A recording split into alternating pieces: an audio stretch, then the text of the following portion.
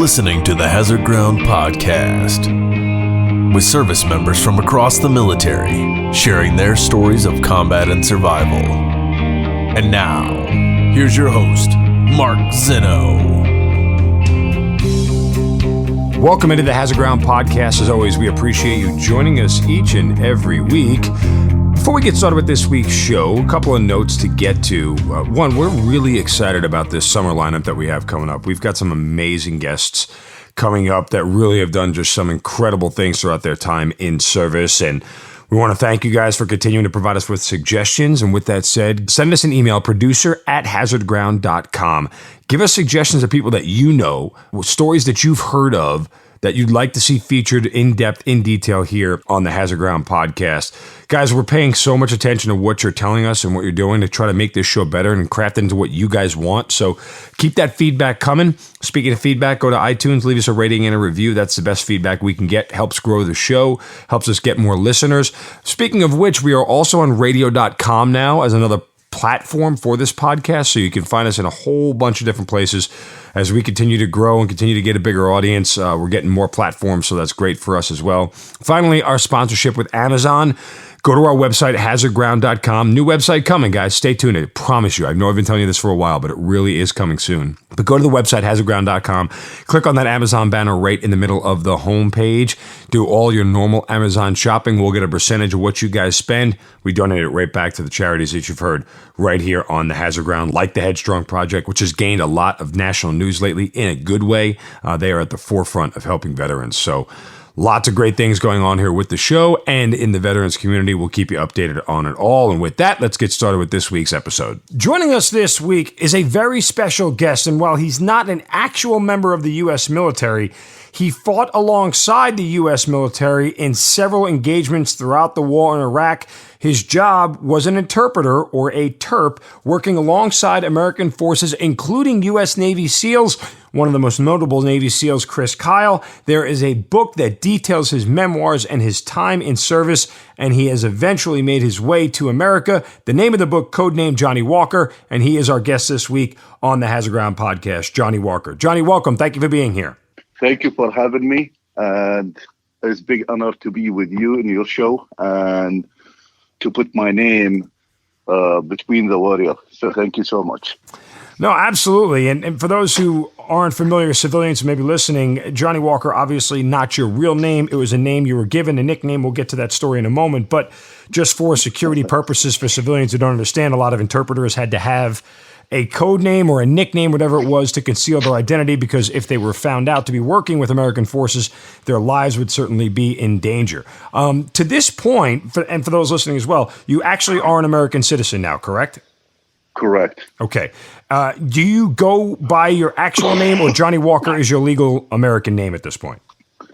So my wife, she asked me to change my real name to Johnny Walker because we've been using that name since 2009, and I'm still between my real name and Johnny Walker. I love this new name because this name gives me family, give me brotherhood, give me love, give me respect of American people.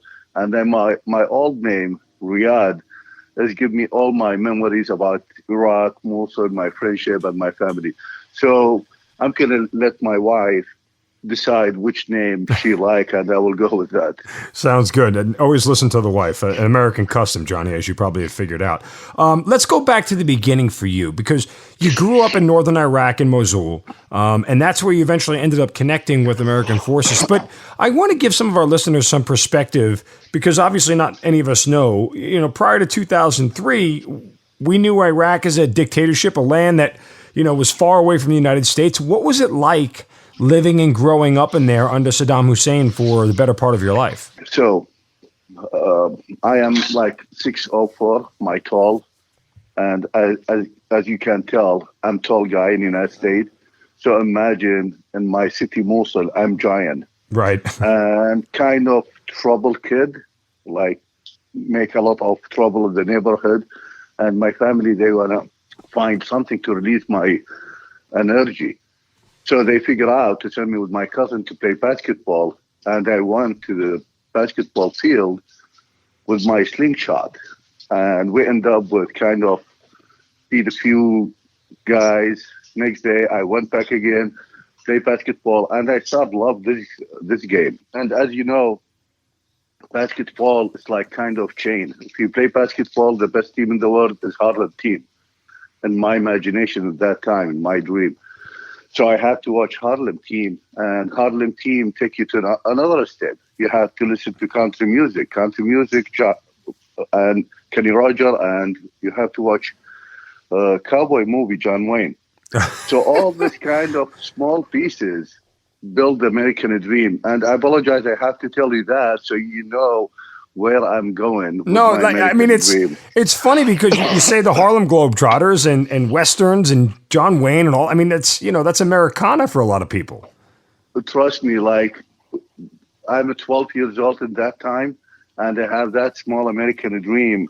I will have my blonde wife and have a small house facing the lake on the mountain.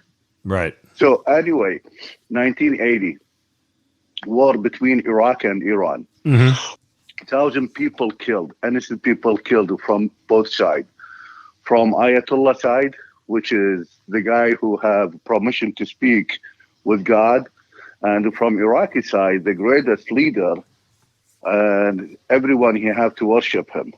So we fell down between those two maniac leaders. I apologize about my word, but this is the reality. And a bunch of people killed, economy destroyed, just because of those sickness leaders run those people. Anyway, and I remember they bring dead Iraqi soldier in our neighbor. And, we are kind of curious. We went there just to see what's going on.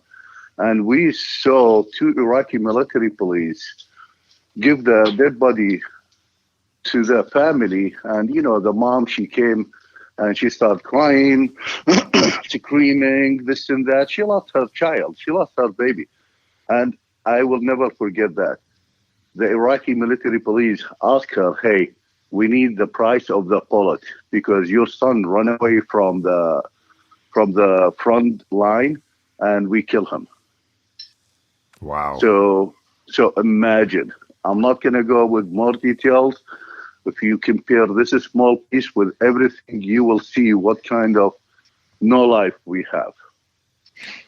All right. So did you, at any point in time growing up, think like, I have to get out of Iraq, I have to go somewhere else? Or what did you think it was impossible to do? So in that time, like I told you, playing basketball and all-American dream in my mind. And 1986, I met my wife by an accident. I passed her house and I saw her green eyes, beautiful, this and that. I feel in love with her. And this is kind of make me turn myself in survive mode and push it to the future. And I kept my American dream, like one day I will do whatever it takes me to go to the United States. But as you know, by yourself, you can't do it. But right now you have your love with you. So you have to think it twice. With every step, you have to do it. Right. In 1990, when Saddam decided to have another crazy adventure and take Kuwait down, I look at to the situation as like, this country goes nowhere. We going down. This is not right. You know what I mean? But in the same time, I have like 3 kids, and I have to support them. My brother get captured by Fidai Saddam because he refused to work for them for free. And I end up to support my mom, my wife, and my kids, and my brother family. And in that time, I work in truck driver, 18-wheeler, travel from Mosul to Basra, 900 clicks to make between $20 to $40. And that's unreal. And let me just give you some perspective, Johnny. Sorry to cut you off, but for the people listening, from Mosul in the north to Basra, which is all the way on the Iraq-Kuwait border in the south, that's almost 1,000 miles. Like that literally is driving from New York to Denver. I mean, it's an incredible haul. It's crazy, but like I told you, there is a lot of responsibility in your shoulder, and you have to do it. You have no option. So with all the struggling things and all the bullshit from our political leader, Saddam and his family, we saw him treat us like we are stupid, not even a human being. And sanction and Iraqi people affect each one of us except the Iraqi leader and their families. I told my wife, just God give me patience to survive. And other than that, I will be killing people. It's not right, because we lost the hope. We lost the faith. We lost tomorrow. We don't have something for tomorrow. Like me and my wife and my family, we never planned to have a trip. Never, ever. Right. Until 2003, and this is funny things. United States invaded my country, and they came to my city. And at the same time, I look at those guys, they are not invade my country. Those guys, they are my dream. And this is where second journey of my life starts. All right, so the invasion comes, and obviously in the beginning, there's a lot of destruction. Did any of that bother you? I mean, were you able to understand what the United States was doing at the time, or you're watching more chaos around you and it all kind of meshes together? So one of the things from the beginning I saw, first of all, the United States released us as Iraqi people from the darkness. You know what I mean? Right. They give us the light on the end of the tunnel. So everyone run to that light, and include myself. For myself, and include the light and my American dream. And everyone happy. Like I remember in Mosul, American soldier, they walk between us. No one have any harm for them. Everyone welcome them. Kids run behind them. I just want to talk with them. But the thing is, not came from United States, came from our own people. When I saw our own people, they stealing shit from government building. I saw the Kurdish, they came to my city, Mosul, and they took every military tools and mobility. It's like there is something missing. Supposedly, we release from the darkness age, and right now we can have freedom and democracy. Everyone can live peaceful, and include the Kurdish. Why the Kurdish? They stealing the military equipment. So this is kind of give me red flag. But like I told you, I'm kind of in the middle of this chaos built by our own people, not built by United States, because United States did not ask us to steal our stuff. We steal our stuff. We steal our government. Saddam Hussein, he's gone, but the government things belong to the Iraqi people. You know what I mean? Right. So anyway, start to find job with American forces. Unfortunately, I couldn't find after a few times trying so hard, and finally I get the chance to work with military police. Quick question. Yes. When Saddam was captured, what was your feeling? What were you thinking? So, just let you know, I have nothing give it to me from the government, land or business or anything. Right. So for me, when they captured Saddam, it's normal result for what he did. Same thing with Ayatollah now. With all the threatening using Allah, infidels, all this kind of things. It's going to be a normal result from Iranian people. Soon the United States to strike a few strategic point. The Iranian people, they can kick them. So same thing with me. When they captured Saddam, I didn't surprise because this is the right end to everyone build his power on the blood. So I expect that. So you had no problem with them executing him? So this is different story. Okay. He get captured by American forces, right? Mm-hmm. But see the other side. We talk about Kurdish. We cover Kurdish, right? Mm-hmm. And they cover some of my own people stealing from the government building, right? Now we came to the third part, which is the Iraqi government. The Iraqi government, who's execute Saddam, they have no loyal to Iraq. Right. All of them, they're loyal to Iran. And this is what we're facing right now. Because one of United States foreign policy mistake, what they did, they ignored the Sunni side and they raised the Shia and Kurdish side. Gotcha. Okay. Shia side, most of them, they fled from Iraq and they stay in Iran and Syria. Yes. Okay. Years and years and years and years. So those guys loyal to Wilayat al-Faqih, Ayatollah. So when they came to Iraq and run the government, they have no loyalty to Iraq. They loyal to Iran. You know what I mean? Yeah, no, it makes sense. And for the civilians listening to understand, there are three major factions of religion in Iraq. The Kurds usually in the north, the Shias and the Sunnis. And the Shia and Sunni war has been going on for years, like for hundreds of years, correct?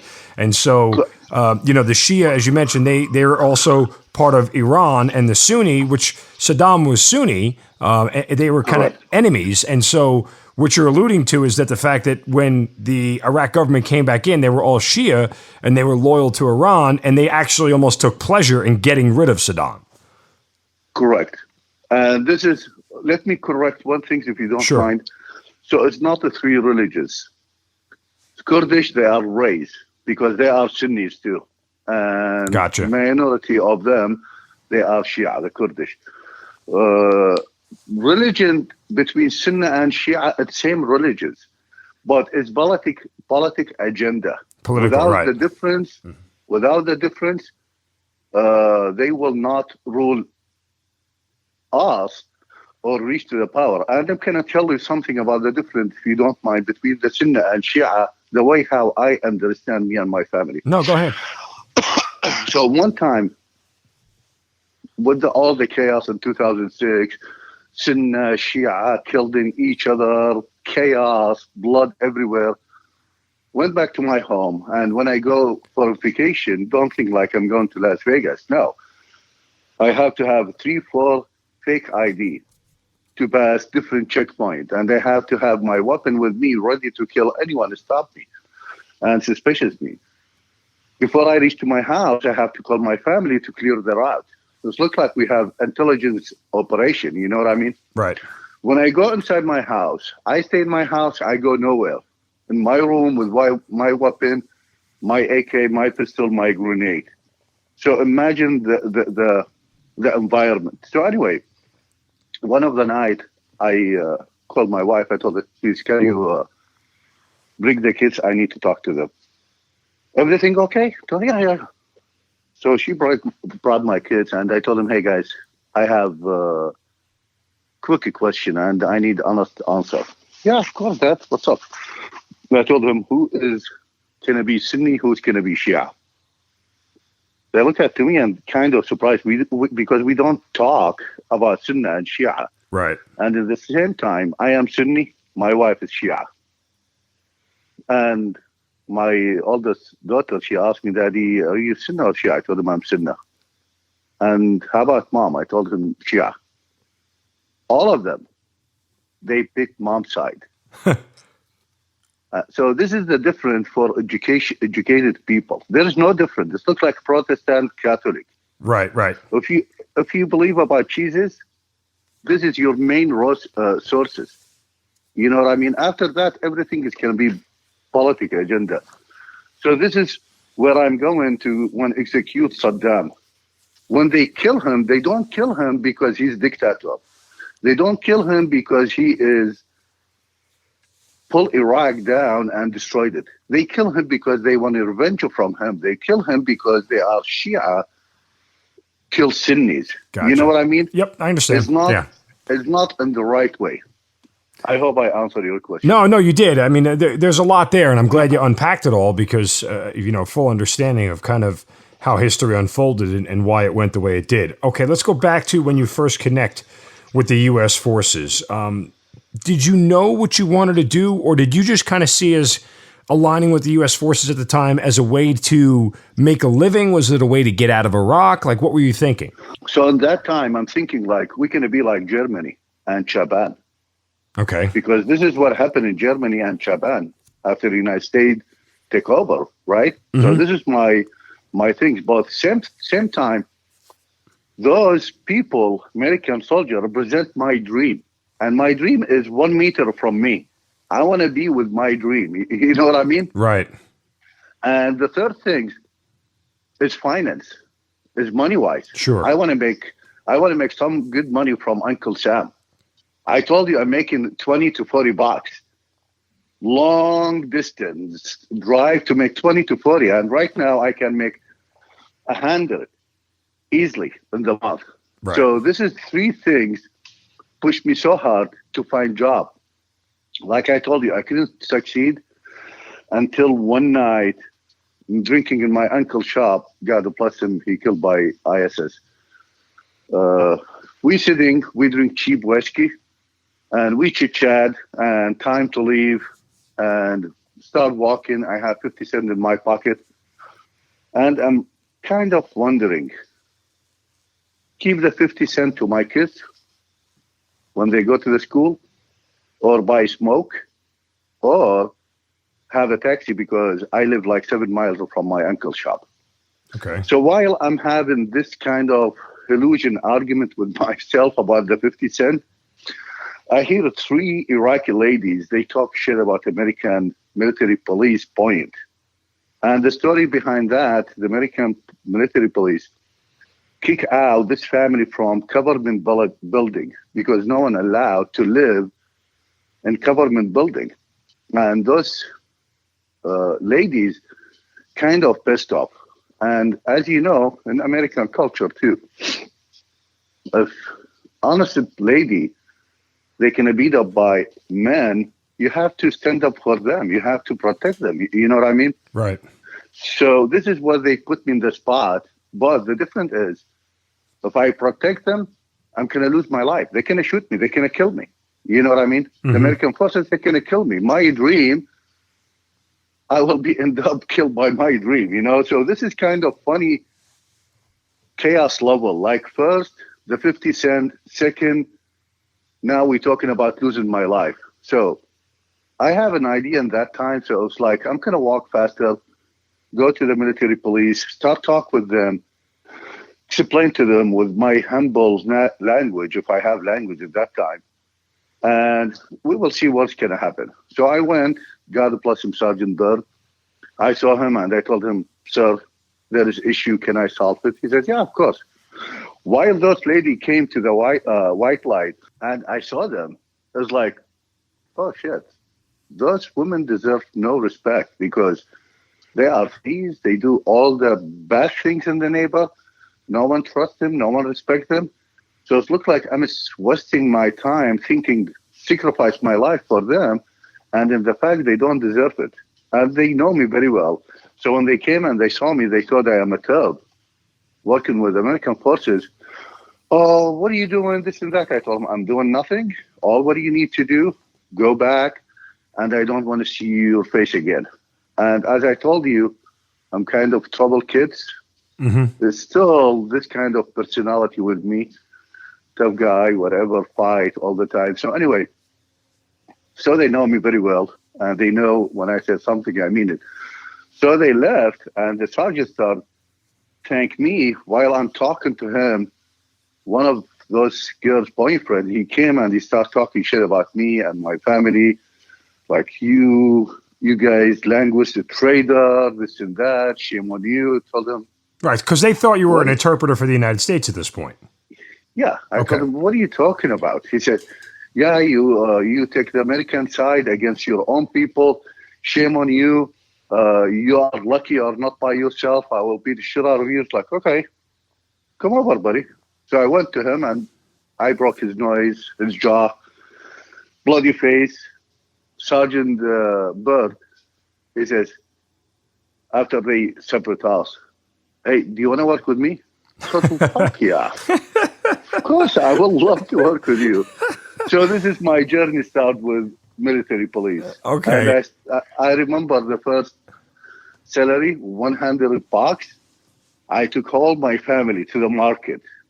Hey, buy whatever. It's a lot of money in that time. Right. Sorry, go ahead. That's incredible. That's an incredible story. Okay. So you start becoming an interpreter for the United States. What sort of early missions were you doing? So, as I told you, I work with military police. And to match my dream, follow my dream, and also finance things. Military police at that time, they are in charge about Mosul police station. Right. Section of the Mosul, they in charge about it. So what we do, we go to the police station, training the IPs, Iraqi police, and see the admin, support them, all this kind of things. Sure. So there is no activity. Right. It's just training. Training, and there's nothing going on. And the guy, they start pushing me, hey, we need to have some action. We need to. So I'm, okay. That's what you want? They said, yeah, okay. So I took him to the granary where people stealing ground, floor, and we surround them. And I remember when we stopped, we had to wait the helicopter. I was like, what the fuck? I'm not going to put him away. Those people, they cannot run away.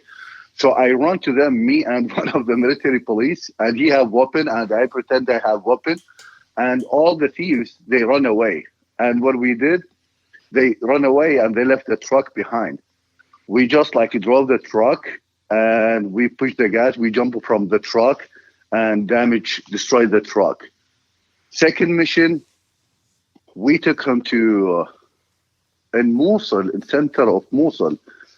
There is all city. Barely you can walk by 2 person in that route. You know what I mean? Mm-hmm. So our mission to catch that guy who make trouble in the neighbor, his name Rad. So the mission plan, American forces, they went to the house. Iraqi police, they went from the backside to surround him from the house next door. And I am in charge about the police. Imagine I am interpreter, supposedly. They put me in charge and moved the cops. So anyway, we knocked the door for the neighbor behind the target or the jackpot house. And we told him, hey, we need to use your house. We want to go to the roof because the guy who's making trouble, we can capture him today. And there's American forces there. And he started giving us excuses, this and that. So what I did, I pushed him and I started jump and I reached to the roof. And I saw the guy, because it's summertime, most of Mosul people, they sleep at the roof because it's kind of cold, windy in summertime. Right. So I saw him there. And before I woke him up, I put my hand, because I know we hide our weapons underneath our pillow. I put my hand underneath his pillow and I found pistol. I pulled the pistol. By the way, I have no weapon with me when I went all the way up. But like I told you, that time, there's no killing, there is no violence. So anyway, at the same time I pulled the pistol, I hear gunshot, like fires. And I hear, let's go. I look at, I saw the American forces, they left. They don't know I am on the roof because we don't have communication. And the Iraqi police, they left me too. Wow. So I end up with the guy on the roof, second floor, at the top of the roof. So I told him, hey, buddy, we want to take you with us. There's a few questions we want to ask you on Baghdad police station. And he says, no, I'm not coming with you. I told him, no, you're coming with me. because I have the pistol, I have the power. If you don't come with me, I will shoot your legs. He says, no, you cannot. This is against the law, this and that. And I'm kind of pushing the conversation for nothing. So I told him, okay, nothing personal. Come over, buddy. I bring him to the edge of the roof and I push him from there because I cannot leave him behind. Right. If I left him behind, maybe he will, I know for sure he have AK. He can pull the AK. Right. And he can chase me in his neighborhood. He know the alleys and probably he's going to kill me. Anyway, I went back and I saw all the guys, the military police, like they are standby. Where is Johnny? So I went and they said, what are you at, motherfucker? Told him, nothing. I just take care of my business. After 3 days, the guy came with a plastic pack in his stomach, broken arms, leg. And soon he saw me. He talked with the Iraqi colonial cops. And they talked with one of our sergeants. Soon he saw me, he started panic. This guy, he pushed me. This guy, he want to kill me. So this kind of activity we have with the military police. We don't have mujahideen. We don't have Qaeda at that time. Right. So you're kind of, for lack of a better term, your aggressive nature and not being scared of what's going on certainly helped you with the Americans, correct? Correct. So after working with the military police, kind of what's next for you? How do you end up getting tied in with the Navy SEALs? So after I told you, we have a 3-4 big mission on Mosul level, and everyone hear about me. Crazy interpreter. Sergeant East, he have some connection with the Navy SEAL. He recommended my name to them, and they said, okay, we're looking for local terp. Can you bring him in? So they give me time for interview. And I remember we went to special base, separate base than the Americans.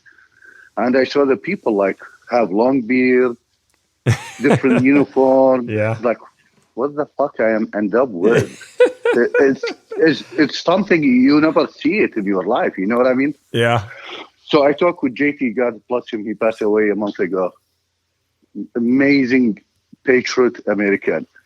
I talked with him, and as you know, brother, most of the Middle East people, when you talk with him and they have no language, it's going to wave his head, right? Right. So this is what I did with him all the time. 90% of his conversation, I just wave my head in positive way and small smile. And I'm thinking with myself, I'm embarrassing myself. This is bullshit. I have to stop this shit. So I told him, JT, so I'm going to work with you or not? He said, indeed. So I shook his hand and I left. I have no idea what it indeed mean. I went back to the military police, and all of them, they're so exciting to hear the answer. Hey, tell us, did you get the job? I told him, indeed. And I look at all the faces. Fuck yeah, Johnny, awesome, this and that. So I knew it indeed mean yes. So start work with the SEAL is different level. Yes, indeed. Indeed, yes. Different method, different belief, different things. So like I told you, American dream and finance, right? Mm-hmm. Now, it's still American dream, but scary American dream. Who's those guys? I still remember I had back when I started work with SEAL. We don't have cell phone. We don't have computer. We have dictionary, book dictionary. Right.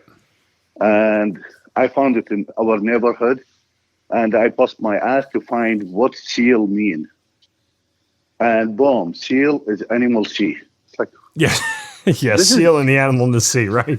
Yeah, it's make me more confused. You know, it's like, this is the right step. I'm gonna do it to follow my dream and follow my destiny. And I'm kind of struggling with myself until one night, first mission with them. Imagine the guy who scored me. He guided me from my shoulder. Stop. And he moved me like by body language to the left or right. Right. Imagine how much my language is fucked up. So anyway, and I had to put American cami on me, and this is like a huge. Right. You put on American camouflage, right? Yeah, and I had my body armor, helmet. So anyway, first mission we stopped beside the target. I went to the brief with them, but all what I understand is Abdullah, the jackpot name. Right. And because Abdullah is common name in Iraq, I understand that. And other than that, I understand zero, nothing from all the brief, almost like 1 hour. So anyway, we went to the target, and you know how they fucking open the door. Yes. They put to breach. Yep. The charge on it and blow it. Yep. Boom. I have no idea. I thought we are under attack. Someone attacked us with RPG. So it's like the movie, Run Faster Run. Mm-hmm. Run, Johnny, run. I start running, and the guy was in charge of me. Run behind me with all his gear and weapon. Motherfucker, you should fucking stop. I will fucking shoot you. Stop. So I stopped. I told him, bro, we are under attack. What do you want me to do? He says, no. Shut up, idiot. We opened the door. What? Make no sense. So anyway, we went back. I went inside the house, and within 2 minutes, I found the jackpot. And they came to me and they said, no, not this. I told them, no, this is the one you're looking for. His name, not Abdullah, but he is the one who is in charge about all the activity you guys mentioned. We captured him, they questioned him in the base, and is a proof what I said. So from that time, they start teaching me English language. Right. They develop my language so they can, because in target, as you know, Navy SEAL, they cannot spend more than 20 minutes or 15 minutes inside the target. Sure. This is the maximum time. So if I'm kind of struggling to explain to them in the language with 1, 2, 3 minutes, I'm going to put life at risk. So they start giving me lesson every day, 2 hours.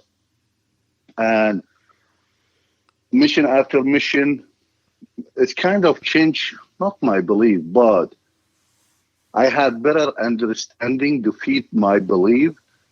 Like those guys, they came 1,000 miles in my city, Mosul, to clean my city from bad guys. And I am the one who was born and raised in this city. I have no idea we have this kind of savages. And I have a future vision after we catch those guys, question them, see what kind of weapons they have. It's like, those people, they are not going to build my country. Right. Those people, they came to destroy my country because we saw nothing except destroyed device and tools. There is nothing to build.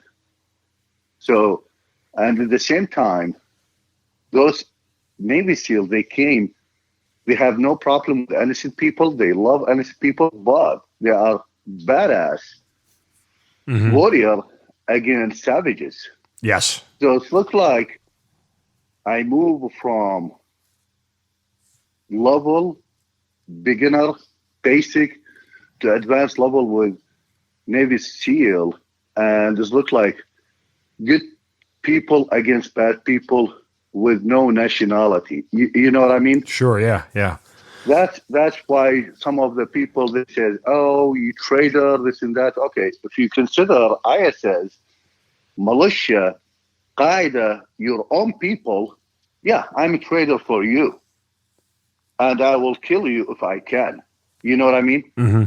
But I am with the Iraqi innocent people, Iraqi people who's looking for freedom, who's looking for democracy, who looking to own tomorrow, and he have a plan with his family to have a trip, picnic trip. The things I didn't have it in my life when I'm young with my family, I want to give it to them. That's beautiful, man. So, I mean, it's great to hear you say it. Let me ask you this much, Johnny. You know, Please. With the missions that you went on with the U.S. forces versus the amount of danger you were in because you were connected with the Americans and working with them, were you more scared with were you more scared on missions with the Americans, or were you more scared like when you went home to drop off money to your family, or you took leave or whatever? So, well, I don't know about the scared. We are a human being. We're scared at a certain point. Right. But I know I'm going to die in my day. So I'm not arguing with that. But I'm just going to be careful. But my weakness is my family. Sure. You know what I mean? I can walk in the street right now and car accident, I will be killed. This is not in my hand, but I have to watch the street. You know what I mean? Mm-hmm. Same thing. Same thing with the enemy. If I face anyone, like I told you, I received a threaded message. Anyone he tried to kill me, I'm not going to be scared. It's my day, my day. I will protect myself. I will fight. But whatever is going to happen, I will die as supposed to be as a warrior, if I consider myself warrior. But our weakness is our family. This is where I cannot imagine if one of my kids to crash. Right. This is where it's going to destroy me. With the Navy SEAL on the mission, we have the most powerful forces on the world. So I never feel scared. And I learn a lot from them. I read a story that one time you were being followed while you were driving home, and the car ended up opening fire on you, and you had to take matters into your own hands. Can you tell me about that story? Yeah. So I am going from my home to the base. Mm-hmm. I think 9 o'clock in the morning or 10 o'clock, and like I told you that time, 2004-ish. There is no violence in my city. There is no assassin. And this is in general idea. But because I work with the SEAL and I know what's going on, I know there is a lot of anti-activity undercover. And they teach me, don't trust anyone. You have to clear your route. This is how you sit in your car. This is your weapon next to you all the time. Safety, all this kind of thing. So anyway, I'm driving my car.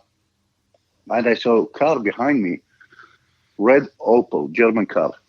And the driver, he had long beard. Long beard represent Muslim imam. And in our culture, like a priest, most of the priests, they don't drive the car. There is someone drive to them, part of respect to them. Same thing to the imam. When I saw him, he's driving, it's kind of red flag. And I'm thinking to myself, he is following me or not? And I end up with, you know what? I'm going to consider he's following me. If he's not, I'm not going to lose anything. And I put like a plan within a few seconds. I'm going to straight, surprise him, take right. If he follow me, I'm going to surprise him again, push the gas. If he push the gas, the last surprise, I'm going to push the brake.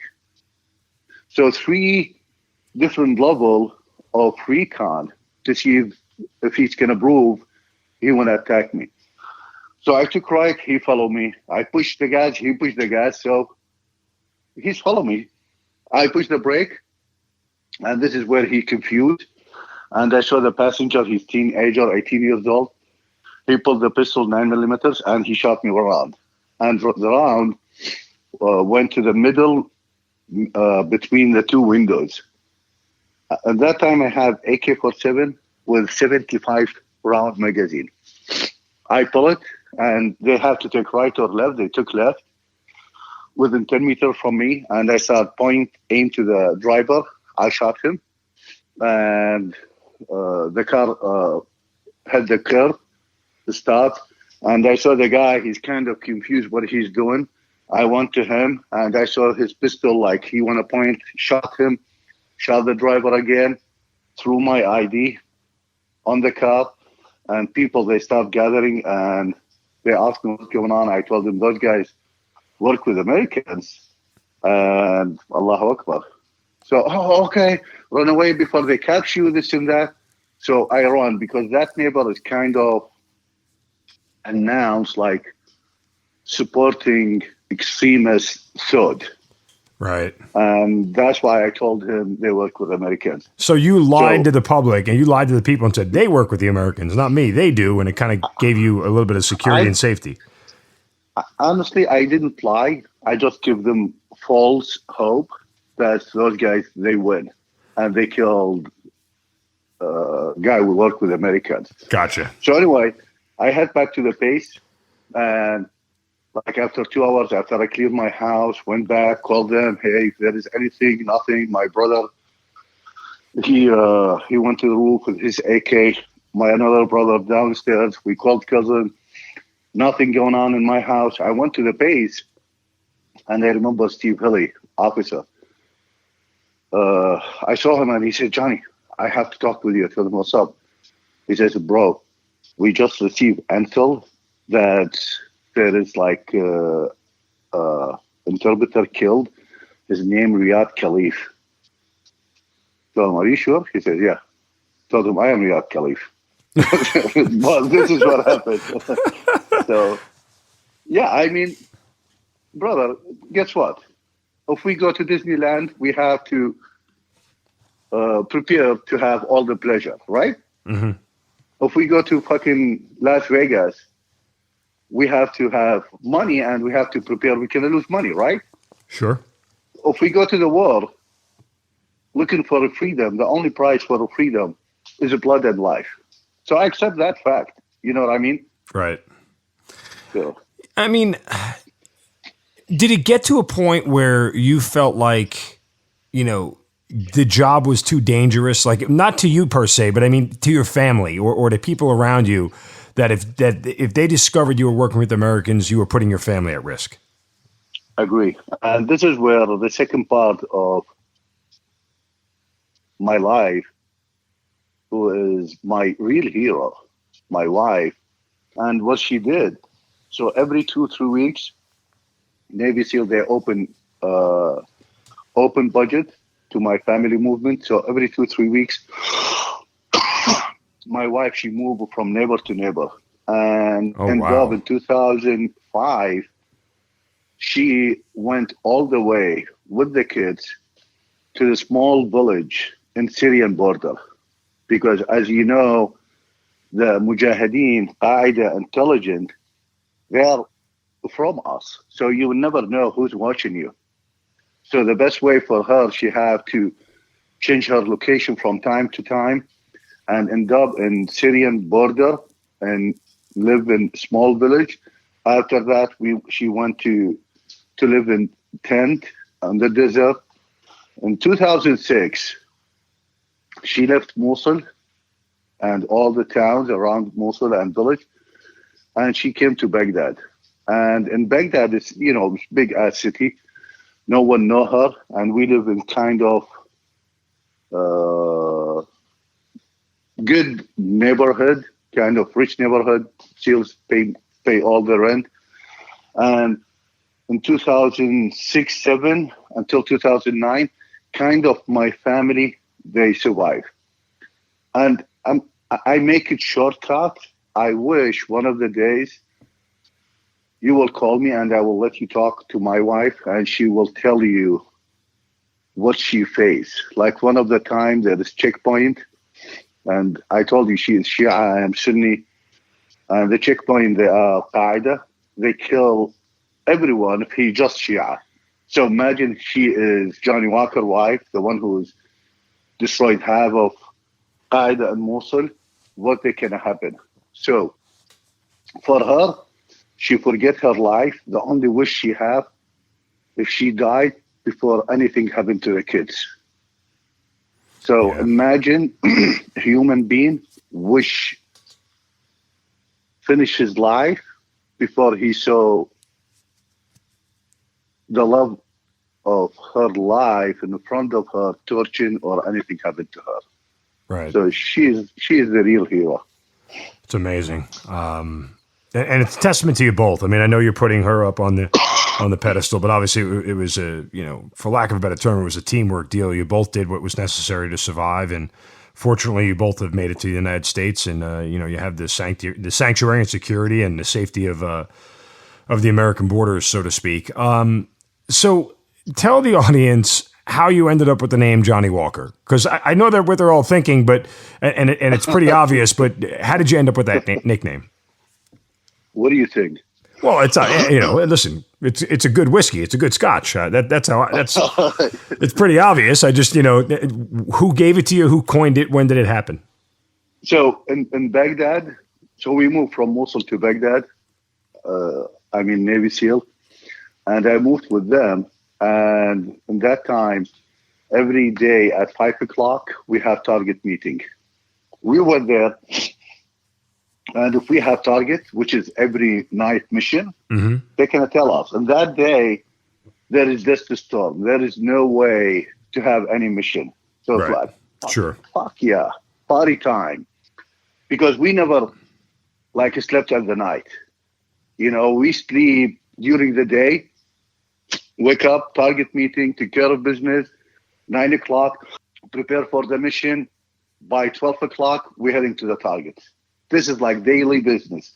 And I remember one day I went to the chief and I told him, hey, bro, I need only one night off. He says, yeah, of course. When our enemy take one night off, all of us, we will take it. Anything else, Johnny? So no, thank you. Awesome. So anyway, on that night, I head back to my place inside the base, and I start drink, make a barbecue, amazing life, and all my dream. I'm gonna wake up in the morning, go to the chow, feel like regular, normal human being, and 9-ish, and pass away. Almost the bottle is gone, and I slept with the bottle on my arm. It was like my baby, And the team, they came 10:00. Wake up! Walker, we have mission. Fuck you. I thought it was a dream. And I keep sleep, and they said, fuck. And they saw the bottle. They said, fuck it. Johnny Walker from now. There you go. This is how I give the name. Great stuff. Now, I can tell you from personal experience, I remember my interpreter incredibly well. He went by Bubba. I don't know why he picked Bubba, but he did. And he eventually left Iraq and he lives in Europe. But, I had such a great relationship with him. He ended up being like my best friend because we were side by side every single day. Like I got up in the morning and the minute I got to the office, the first person I talked to was him. Just because he was always there and it was always his job to be right in my pocket the whole time. And throughout the course of, 15-month deployment, I think he came in about month 3 or 4, but we were together for about, 11 months or so. We just developed such a great bond. We had so many laughs and so many jokes brother. And, it's sweat, tears, blood, bond, all of it. I mean, it's like, I can remember times we'd go out on missions and I would just stay next to me. You don't go anywhere. You stay right next to me the whole time. Not because I needed an interpreter, but because I wanted to protect him, because he meant responsible. Yes. And he meant that much to me. What kind of bond did you have with the people that you work with? Who sticks out the most to you? I mean, if you look at the Navy SEAL, they never deal with immigrant things except Johnny Walker. And this is kind of goes beyond any case, any mission. So every team member in Navy SEAL became Johnny Walker case, his personal case. As I don't know if you know or not, I am the only civilian I can have a trident in my chest. Really? Yeah. I did not know that. Yeah. So, I mean, if you look at the Fox News, my interview, I have my trident in my chest, and this is my honor, and this is my fortune. So anyway, go back to your question. But there is few people, like we are very close.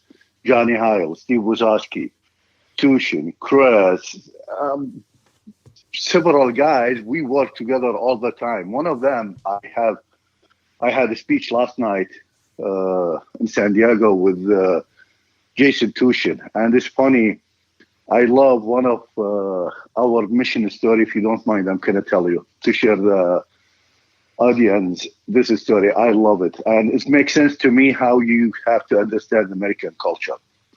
So in Fallujah, you know Fallujah. Yes. I'm not going to explain more, right? Mm-hmm. We have big mission. We chasing Prince, group leader, and we are 12 Humvees. I'm sitting at the backpack of the last Humvees because I never sit inside the Humvees. And the wisdom behind that, if there is gunfire or something, I would love to take one of my enemy with me before I leave this world. You know what I mean? Sure. And I cannot breathe. I cannot breathe inside the Humvee. I have to be outside. So Tushin, he's sergeant, senior chief. And, he's in the front trucks. He moved from that truck and he sat next to me. It's like, what the fuck? What are you doing here? He said, whatever. I thought you need company. So I sit with you. So we sit and we have a black shield. You know what I'm talking about, right? Right, yeah. The armor, black shield. And we just cover ourselves, not to survive. But if we have IDs or something, our body pieces is going to stay in the same spot. It's stupid thought at that time, but we did it. And before we move, he said, Johnny, don't let anything happen to me. It's like, what the fuck? Of course, brother, you don't need to tell me that. He said, no, I mean it. I told him, yeah, I mean, you never asked me that before. How many missions we have? Bad missions. What's going on? Do you have anything I don't know? He says, no, about Mary Jo, his wife. She called him and she told him, hey, something happened to you, I will kick your ass. No. And it's like, you're fucking weird. I didn't understand that mechanism at that time. Right. But when I moved to United States, now I know what does that mean exactly. Right. Another one, Johnny Heil. Johnny Heil,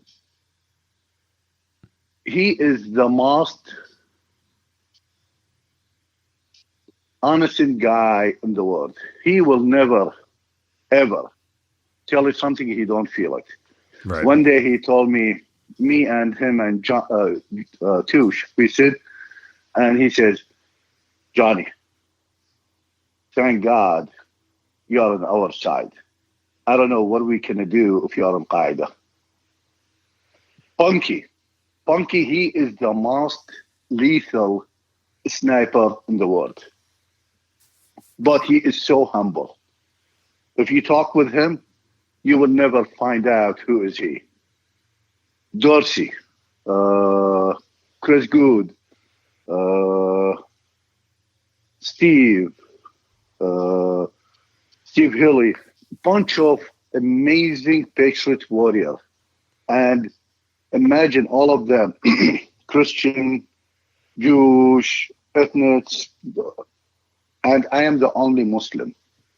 I never ever hear from any one of them, oh, he is Muslim. Never ever. I have my own weapon, my own M4, I have my grenade, my pistol, my MP5, and I have the right to do whatever I think is right. But as you know, this is not came from nothing. I'm going to tell you, if you allow me, one mission to let you know what kind of person I am and what kind of loyal I have. No, go ahead, please. So we have big mission, big operation in Hilla, south of Baghdad. Yep, Hilla, yeah. Yeah. And, they drop us in Hilla and we walk pain in the ass how many miles with all the gears. And at that time, we share the mission with Ranger. And the Ranger, they lead the patrol to the target. And we reached to kind of highway, and there's white light. So I went to the lead guy, the navigate guy. I told him, bro, don't cross the street. Let's break the white light. Because we use the night vision. Sure, yeah. He says, no, we don't need to. It's going to be quick. Told him, we have to. He said, no, trust me. We're good. I'm not going to argue with him. Supposedly he know something. So anyway, 1, 2, 3, 4 guys pass the street, and we receiving fires. So first thing I did, find shield and start shooting the white light. We succeed, and I start shoot the guys. Not shoot like everywhere, no. Like when I saw the fire missile, I shoot that place. Right. And I have terp with me. And the terp, he have no weapon. For some reason. And he is American citizen, I am local. So anyway, we killed like 3 guys. I remember Apache came, and I look at my night vision. It's kind of green, and I still small iPod I have, listening to the radio, listening to Kenny Roger, Garth Brooks, and in another ear I have the radio headset. So anyway, it's like American movie, you know what I mean? Yeah. And I opened the back too, just to point where's the guys. So anyway, we kill like at least 3 bad guys. We capture the jackpot, head back to the base, and the other terp, he went to the ranger, I think sergeant major, and he told him, I have concerns. Told him, what's up? He said, maybe those guys, they don't know who we are, and we killed them. Maybe they are innocent. And Johnny, he's not allowed to shoot or do anything. So, this, I have my reputation. They came to me and they said, Johnny, the terp have concerns, this and that. We believe in you, but what's going on? I told them, hey, what I did, I did. If you're concerned about those fucking guys, which is I didn't kill them, but I opened the back too, and they start to just show them we have fire back, and the Apache killed them because they hide behind walls. But if you're concerned about them, those guys innocent, guess what? If they are innocent and we kill them by mistake, they can go to the heaven, right? Right. If they are bad guys and we kill them, they can go to the hell. So what is your concern? And I told him, by the way, to the terp, if you, I don't want to mention his name, if you are local and I know you are good people and you point your weapon to one of my brothers, trust me, I will have no than 1 second to shoot you. Are we clear with that? And I left him. So the point is my brother and my family. I don't play politic game. I don't play religious name. If anyone attack my family and my brother, no matter who is he, I will do whatever to stop his threat. Unreal. Johnny, I mean, it's hearing the stories and what you went through and where you are today, it's amazing that the path and the journey that you've taken, and you certainly provide a lot of humor into some very serious situations, which, again, I just think speaks from your experience and your outlook and everything else. But that said, I mean, I love talking to you. I certainly appreciate everything that you've done for our country, and I'm glad you're on our side. I'll say that much, brother. Bro, it's worth it. Trust me. Like right now, I have 4 kids. Everyone he have his own American dream. My wife, she's in the college, and she drive her own car on the highway, and she have a future. Imagine if she is in Mosul. What is going to happen? Right. You know what I mean? Mm-hmm. Me, every day I wake up, open my house door. The first thing I said, thank God for what we have. Trust me, it's worth it. And this country is, I cannot compare this country with anything. There is no enough vocabulary to describe my feeling for this country. So, again, the name of the book is Codename Johnny Walker.